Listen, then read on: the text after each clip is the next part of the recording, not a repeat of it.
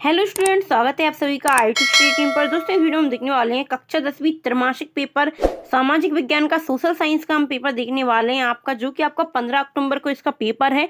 कल आपका इसका पेपर रहेगा, तो मैं आपको इसमें पूरा कंप्लीट आपको बताऊंगी। इसमें सॉल्यूशन भी हम देखने वाले हैं ताकि आपका सॉल्यूशन ढूंढने में टाइम ना जाए, और पूरे आपको प्रश्न उत्तर भी बताऊंगी मैं, जो कि आप याद कर सकते हो। आपको याद करना है इनको पूरा।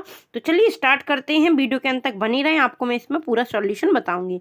तो पहले हैं आपका सही विकल्प दिए गए हैं पहले नंबर पे, भारत में वन्य जीव सुरक्षा अधिनियम कब लागू हुआ था? तो 1972 में हुआ था। टिक लग रहे हैं, आप देख सकते हो इस प्रकार।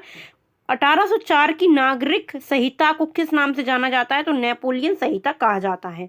इसके बाद हमारा अगला आता है, राष्ट्रीय को चित्रों के माध्यम से दर्शाने वाला निम्नलिखित में से कौन है? तो ये फ्रेडरिक शोर्यू। इसके बाद आता है आपका, भारतीय संविधान में विषयों की कितनी सूचियां दी गई हैं? तो 3 सूचियां दी गई हैं। इसके बाद आता है आपका 5वां, अश्वेत शक्ति आंदोलन किस वर्ष में उभरा था? 1966। इसके बाद कृषि क्षेत्र निम्न में सम्मिलित है? तो प्राथमिक कृषि क्षेत्र है।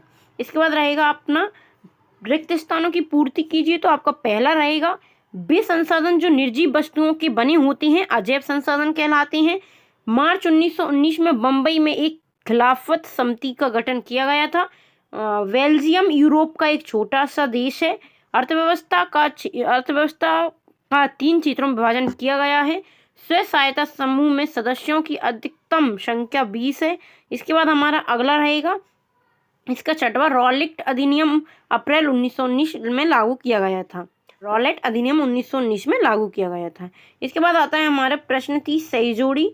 प्रश्न 3 सही जोड़ी दी गई है यहाँ पे। तो पहला है, रियो डी जेनेरो पृथ्वी सम्मेलन 1992, तो ये ब्राजील में हुआ था दोस्तों, इसका ब्राजील हो जाएगा। तो इसके बाद आता है हमारा, बक्सा टाइगर रिजर्व, इसमें आपका पश्चिम बंगाल हो जाएगा दोस्तों, पश्चिम बंगाल। इसके बाद हमारा रहेगा वंदे मातरम, तो इसमें आपका रहेगा वंदे मातरम, हमारा जी लास्ट रहेगा बंकिम चंद्र चट्टोपाध्याय जी, आपका इसमें दिया गया है।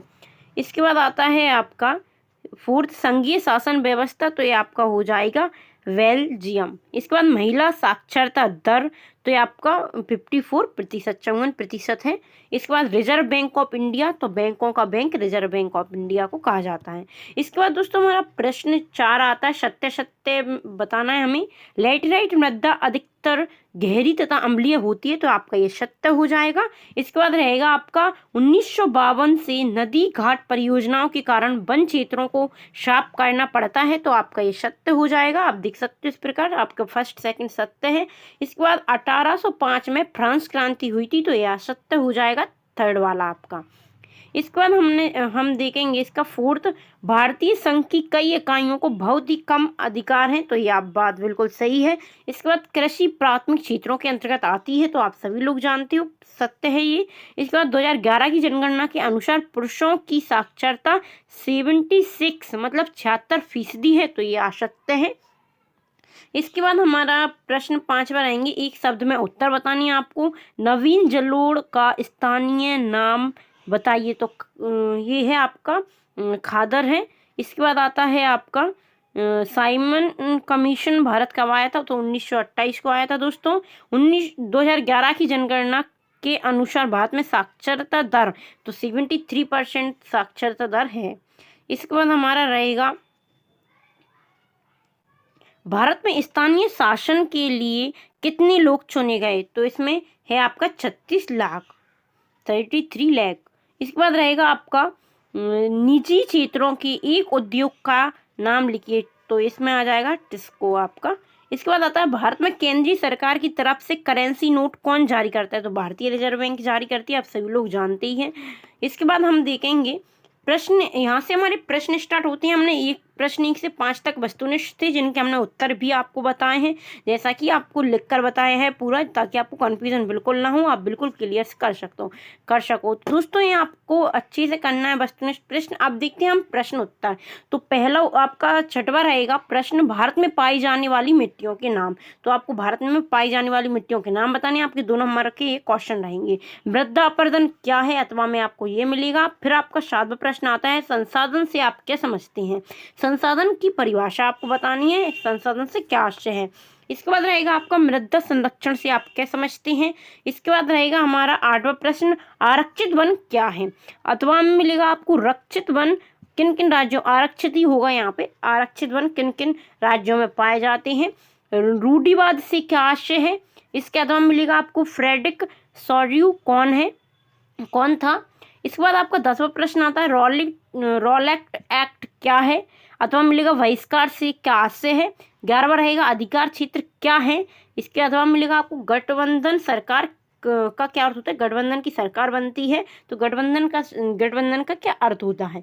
इसके बाद दोस्तों हम देखेंगे इसका अथवा में, इसके बाद हम 12वां देखेंगे इसका समरूप समाज से क्या से, समरूप समाज कैसे कहते हैं। इसके बाद हमारा 13वां प्रश्न रहेगा, एफ्रो अमेरिकी कौन थे। अथवा मिलेगा अमेरिकी समाज के 2 सामाजिक विभाजन आपको बताने हैं।